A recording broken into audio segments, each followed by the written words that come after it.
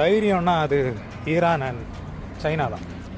ஏன் சொல்கிறேன்னா, யூஎஸ்ஏ வந்து சைனாவுக்கு டேரிஃப் போடும்போது நீ யாரா எனக்கு டேரிஃப் போடுற, நானே உனக்கு போடுறேன்னு சொல்லிட்டு சைனா யூஎஸ்ஏக்கு டேரிஃப் போட்டுச்சு. டேரிஃப் மேலே டேரிஃப். ஈரான் வந்து யூஎஸ்ஏ எதிர்த்து அடிக்குது.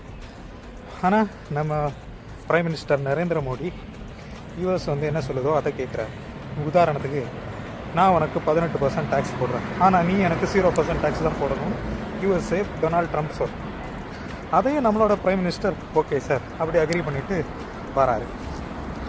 நம்ம பக்கத்து நாடான பாகிஸ்தானை அடிக்கிறதுக்கு இருக்கிற உஷாரு யூஎஸ்ஏ கிட்ட நோ சொல்கிறதுக்கு வாய் கூசுது.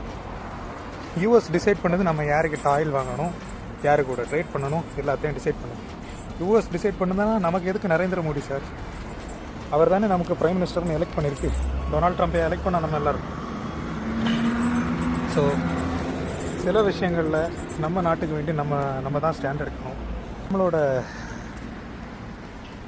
பிரைம் மினிஸ்டர் வந்து யூஎஸ் பிரசிடென்ட் கிட்ட சொல்லணும், ஐயா எங்கள் ஊர் காரியத்தை நாங்கள் பார்க்குறோம், நீங்கள் உங்கள் ஊரை பார்த்துட்டு உங்கள் வேலையை பாருங்கன்னு சொல்லணும்.